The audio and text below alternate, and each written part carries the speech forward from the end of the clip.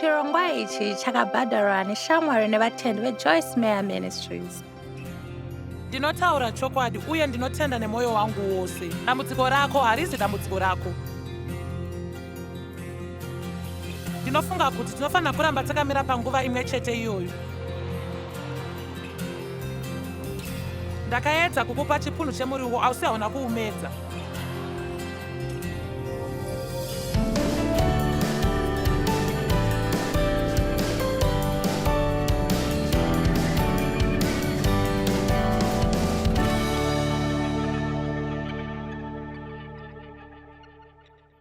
Nhasi ndichadzidzisa pamusoro pezviito.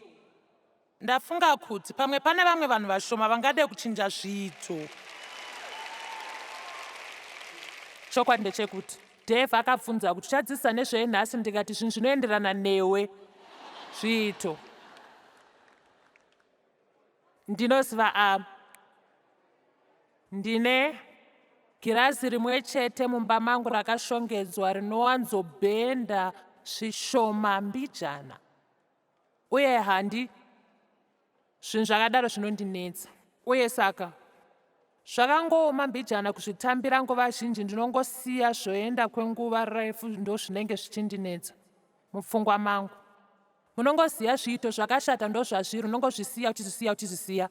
Chokwadi zvinongokunetsa so haumbozive kuti sei kufara kwako kwakakanganisika kana kuti sei usinganzori nyararo asi zvinogona zvisingakutambudze iweyo asi zvinogona kutambudza munhu wese. Kana une zviito zvakashata ndikangoisa simba ishoma dzimwe nguva ndozvitasanudza ndozviisa pane mudziyo ndosimudza pamira ndoti ndachinja zvishoma ndobva ndanzwa zvakanaka zvakare kana ndiri muimba iyoyo. Sezvandino chinopinza mhepo inotonhora kana muhofisi mangu kumba apo neapo inoita ichichinja nzvimbo uye ichiita ruzha runoshamisa kana mhepo shoma yaenda ipapo. Handiite zvakanaka neruzha rudiki. Zviri nani kuti ruzha ruve ruri pamusoro pane ruzha runobhohwa ruzha. Saka dzimwe nguva ndinozvisiya kwemazuva akati wandei ndozotsvaga munhu anochinja zvishoma zvobva zvanaka. Unogona kushamisika nekuchinja upenyu hwako. Unofanira kungogadzisa maitiro ako muzviito zvako. Ndakaona kuti kune maitiro akawanda akashata zvekuti tinokwanisa kuti tipinde mune zvakanaka atinofanira kunge tinawo. Tinofanira kuchinja zviito zuva nezuva. Unoziva zvakangonaka semuenzaniso, kusagutsikana, kuzvidzikisira nezvaunazvo, kusagutsikana zvishoma, kungofunga kuti dai une zvakawanda uchida zvakapfuura ipapo. Regai ndikubetsere kuwedzera maitiro enyu. Kana uchinzwa kunetseka, pamwe uchanetseka kurara nhasi manheru, funga munhu asina imba yekurara nhasi. Ukazviwana wakaomerwa nemotikari munzira usatsamwe. Kune vanhu vekuti kutyara chimutututu kwavari chinhu chisingaitike muupenyu hwavo. Ukava nezuva rakashata kubasa, funga munhu asingashande kwemwedzi 3. Ukatsamura zvoukama uri kupa dambudziko. Funga kune munhu asina kumbobvira adiwa uye asingazive kuti rudo chii. Ukatsamura kuti murungu wako aramba kuti uve nemazuva 4 pasvondo uye uchida mazuva 3 okuzorora. Funga kune mukadzi ari kushanda kwemaawa 20 kwemazuva 9 pasvondo achitambira 11 chete kuti araramise mhuri yake munyika yechitatu. Motikari yako ikafa yokusiya kure newe kwekuti hauna ribatsiro, funga kune anoda mukana iwo wekufamba.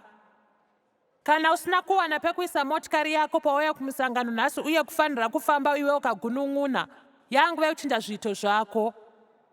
Ungaongorora bvudzi chena ari kubuda pagirazi, funga murwere ari kurwara nekenza ari kushuvirawo kuti dai ane bvudzi rekuongorora. Ungaonekwa uchidzikisirwa nekuti haungasarudzwe chipo cheupenyu hwako. Unofanirwa kutenda kune vasina kurarama kwakareba uye vasina kuwana mukana wekuzvifunga kuti upenyu hwavo hungave chii. Ukazviwana uri mudzvinyiriri wekutama kwevamwe vanhu, kunyararirwa, kuita kadiki nekusavimbika, funga zvinhu zvingave zvakanyanya. Unogona uri munhu iyeye.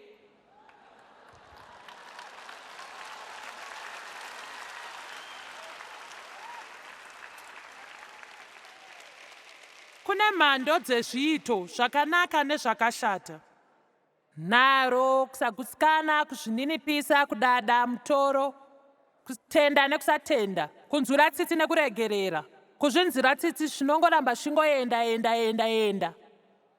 Ukagona kuchengeta zviito zvako nenzira Jesu yaakaita nazvo, ndiye muenzaniso wedu mune zvese kusanganisira zviito. VaFiripi vechipiri vanoti, ivai nomwoyo uyo wakanga uri muna Kristu Jesu. Anofanira kuva muenzaniso wekuzvininipisa nemamwe maitiro ezviito. Ndiri kukuudzai nhasi ndichiti kana uchikwanisa kuchinja zviito mazuva nemazuva, kunyange chii chiri kuitika muupenyu hwako, unova nemufaro muupenyu. Mira ndikubvunze mubvunzo. Idambudziko rako here chairo kana kuti zviito zvako ndo dambudziko rako mudambudziko?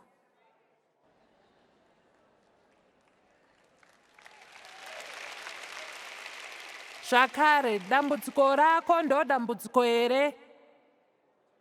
Dambudziko rako ndo dambudziko here kana kuti maitiro ako pamusoro pedambudziko ndiro dambudziko? Unoziva here kuti kuna vanhu panyika pano vane dambudziko rimwe chete serako asi vanofara kudarika iwewe, uye kune vatori nedambudziko rakatooma kudarika rako asi vari kutofara kutodarika iwewe. Haisi nyaya yedambudziko, isarudzo yavo yavanozviona nayo kudambudziko ravo. Munoziva shoko iri harina kuoma, hapana chakadzika pamusoro paro, hapana chakaoma pamusoro paro. Asi kana ukazvibata zvinhasi, ndinovimba vazhinji venyu vane nguva vasiri kufara uye kushaya runyararo uye vasiri kubudirira. Ukakwanisa kuchengetedza maitiro ako nenzira yaMwari nezvaanoda, unozoshamisika. Zvinoitika, chinja matarisiro ako unochinja upenyu. Maitiro ako, kufunga kweupenyu hwako kwakabudikira nepanze. Inzira yaunosarudza uye kufunga zvinhu. Maitiro akanokanganisa zvese, zvinokanganisa iwewe nevanhu vakakukomberedza, zvinokanganisa rufaro rwako, zviri kuchiso kwako. Hazvitore nguva kutsvaga munhu ane maitiro akashata. Ndege ine chombo chiri pairi chinoratidza kukwira kwakarurama. Unogona funga kuti iri kukwira kwakarurama asi inenge ichiratidza maitiro ako iwewe. Inoratidza kujenga kwendege mujenga-chenga. Kana ndege ichikwira, zvinonzi ine maitiro aya inoratidza, nekuti mberi yendege inenge yakanongedzera pamusoro pejenga-chenga. Kana ndege ichidzika, zvinonzi ine kudzika kwakarurama, nokuti kumberi kwendege kuri pasi kwejenga-chenga. Tichifungira kuti jenga-chenga inomirira pakati nepakati. Kana tiine maitiro ekahunu kekudada nekuzvida, upenyu hwedu hunenge huri pamusoro pepakati nepakati.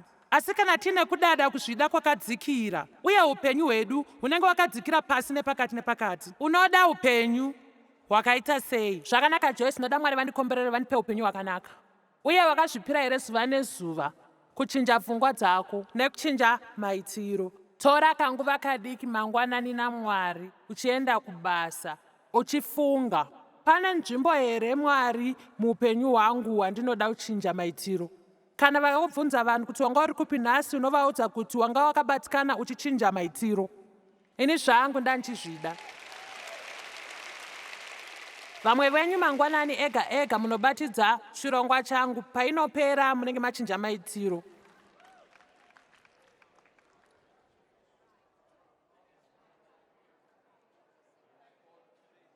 Munhu wese anoda kuchinja maitiro anogona kuwachinja. VaEfeso 4:23. Mukwanise kuvandudzwa. Mukwanise kuvandudzwa mumweya wepfungwa menyu, kuramba muine pfungwa nemweya wemaitiro. Ngatidzokere paVaEfeso 22. Ivai vanhu vakasanduka. Kanganwai upenyu hwenyu hwekare uye neunhu hwekumashure kwamakabva.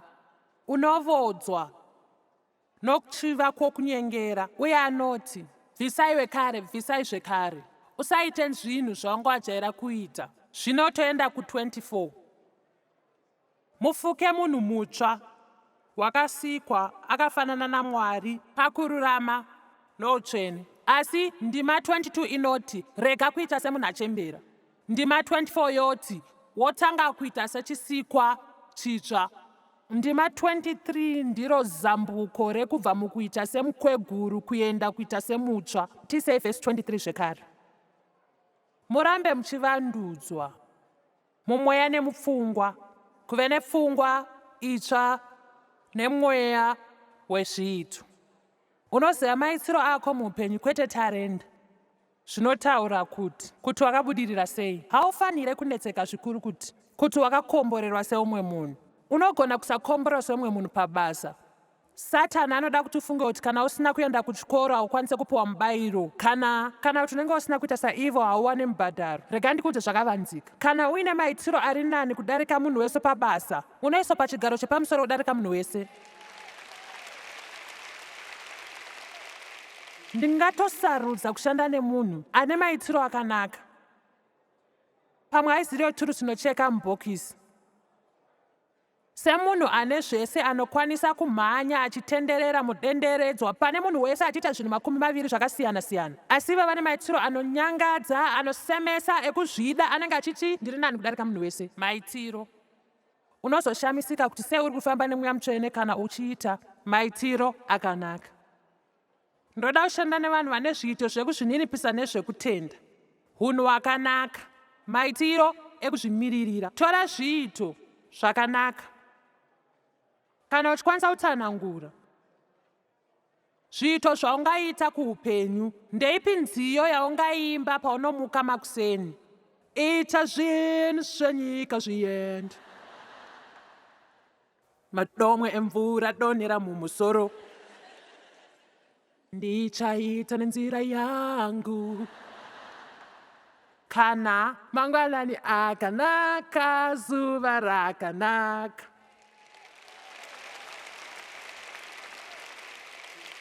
Iye zvino ndikuda kukuudza kuti mukutanga kuroorwa kwangu naDave, Mwari vasati vaona mukana wekuita basa pamusoro pangu. Ndaive munhu akatsamwa, ane chiki, ane maitiro akaipa.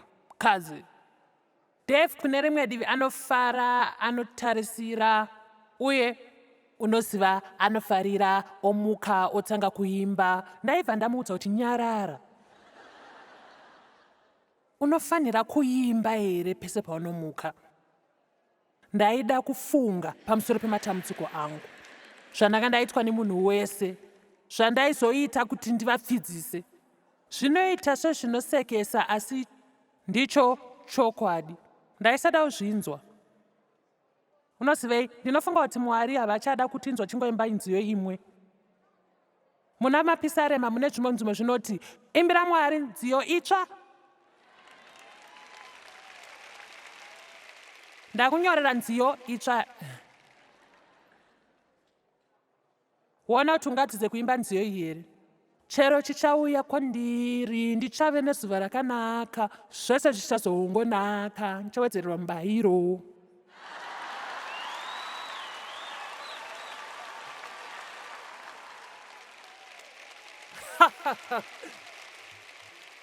Oh, ndinofunga vaimbi vachanditsvaga vachida kuti ndivatungamirire mukuimba, hauzvifunge here?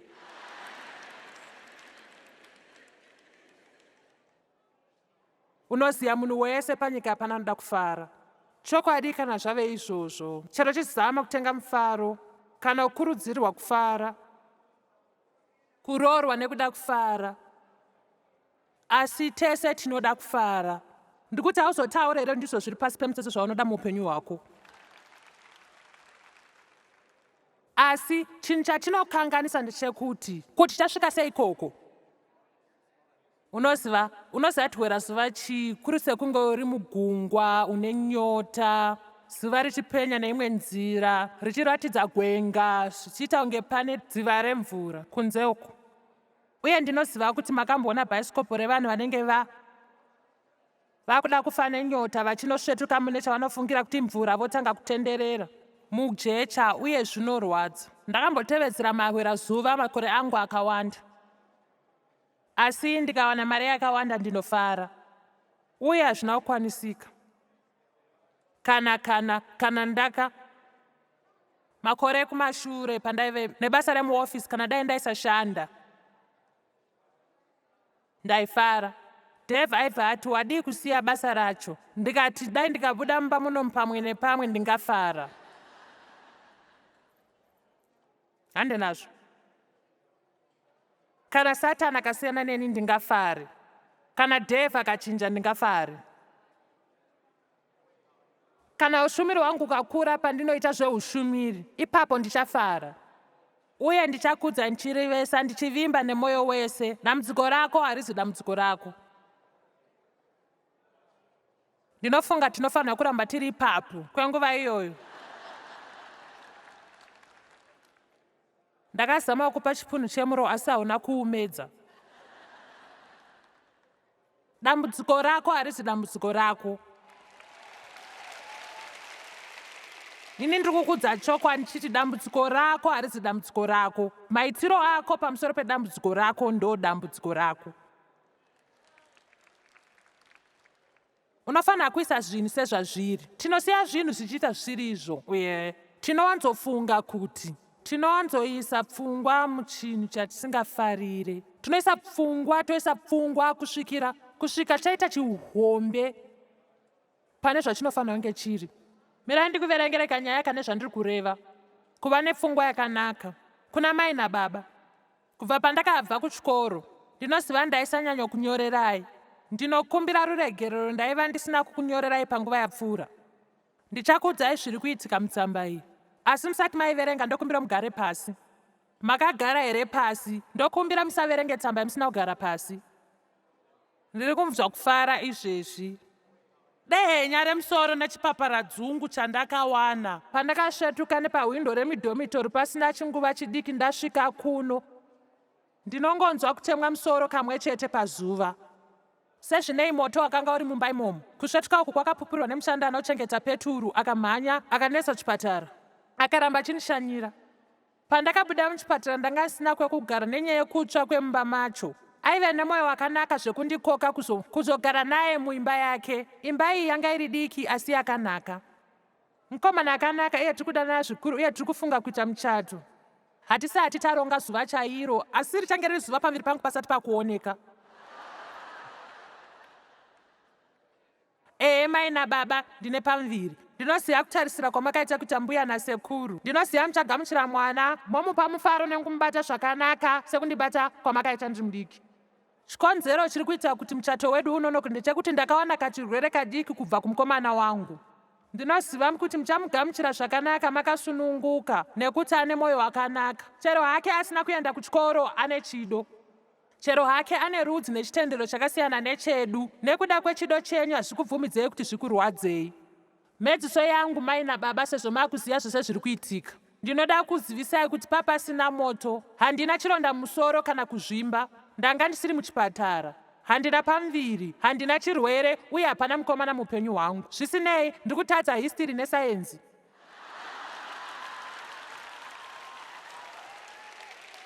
Uye ndanga chida kuti muite pfungwa dzakanaka.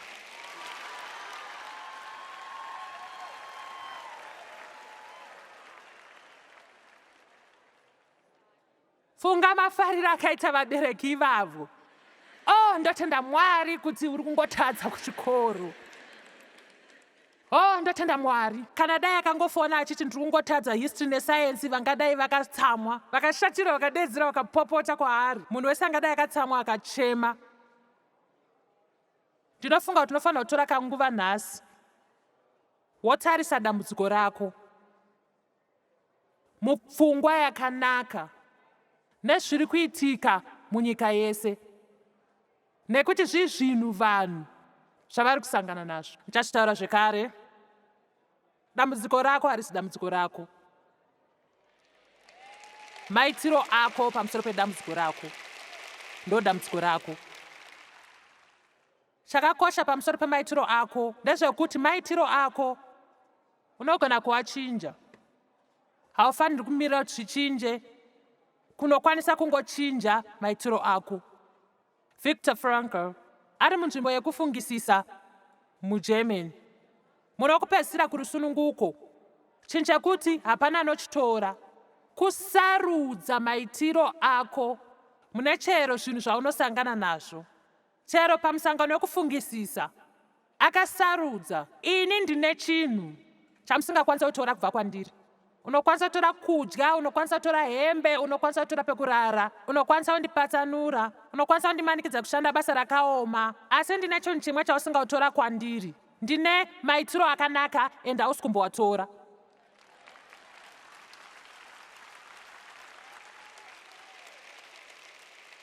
Ndakuudzayo chinhasi tese chawana kuchinja maitiro.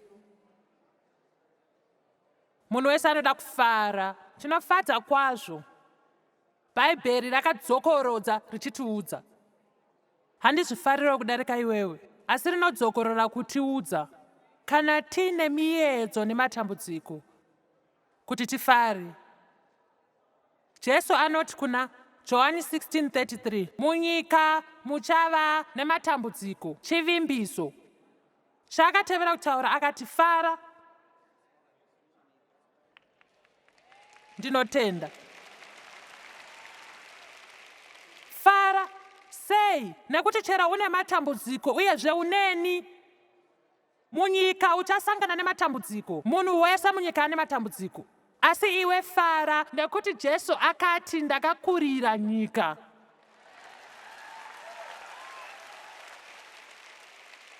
Tinofanira kurega kunetswa nematambudziko tobva tafara. Nekuti tina Mwari muupenyu hwedu. Umwe munhu akambonditi umwe musi. Uye nokuti idambudziko rakanaka. Ndinofunga tinofanira kuti tivimbe naMwari. Iyi ndiyo mhando inondirova nenzira isiriyo. Ndikafunga, ndaneta nekutaura izvi, ndaneta nekunzwa vanhu vachiti hatingofanire kuvimba naMwari. Tinofanira kugara chivimba naMwari. Chikomborero kuramba chivimba naMwari. Iropafadzo iri. Kuva naMwari akatendeka, watinoziva anotida, ane simba, ane njere, ane ruzivo, ari kwese nguva dzese, habvise ziso rake kure nesu nguva yese. Tine matambudziko, asi tina Mwari. Ndudzi vasingatende vane matambudziko akawanda nekuwandisisa, neakawandazve vasina tariro. Havana chisarudzo. Vachapedza upenyu hwese vachitsvaga mawerazuva. Uye ndotsamwa pandinowana, hazviziri izvo zvandaifunga kuti zvichave. Mune zvese. James 1, handingaregedze kuti tiitarisei. Saka unofanira kuziva kuti nyange une dambudziko unokwanisa kufara. Kana ukasazviudza izvozvo, haumbofa wakava. Asi Joyce, ndiri kungonzwa. Ndo dambudziko iroro. Asi ndiri kungonzwa, asi ndiri kungofunga. Handisi da kutaura nhasi nezvauri kunzwa nezvauri kufunga, asi da kutaura nezvaunoziva. Ndiani waunoziva? Shoko rinoti chii? Ngatirarame pakadzika. Tinoda ukama wakadzika naMwari. Tinofanira kuita zvakadarika, zvatinoda kufunga nekunzwa, nezvatinoziva kubva pakati pemwoyo wedu. Mwari vakatendeka. Ndakamuona achitendeka nguva zhinji.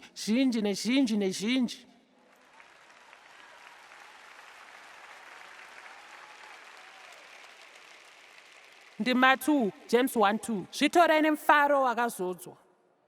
Hama dzangu, kana wakafukidzwa kana ukasangana nemiedzo yakasiyana-siyana yaunowira, iva mutsvene akazara uye ane mufaro kana ukasangana nematambudziko akasiyana.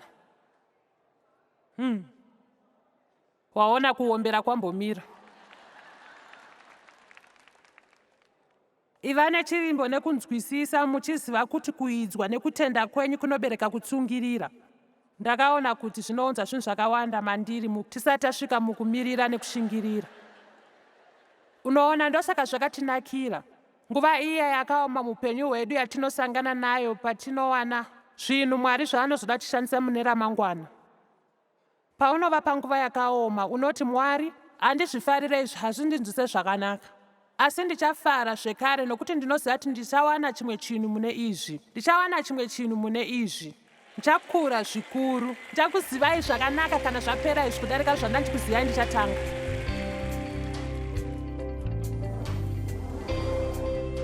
Ngatigarei tichiziva kuti maitiro edu pamusoro pedambudziko ndiro dambudziko redu chairo. sevateveri vajesu kristu tinofanira kufara kuti tine mupedzi wedambudziko ari kugara mukati mehana yedu.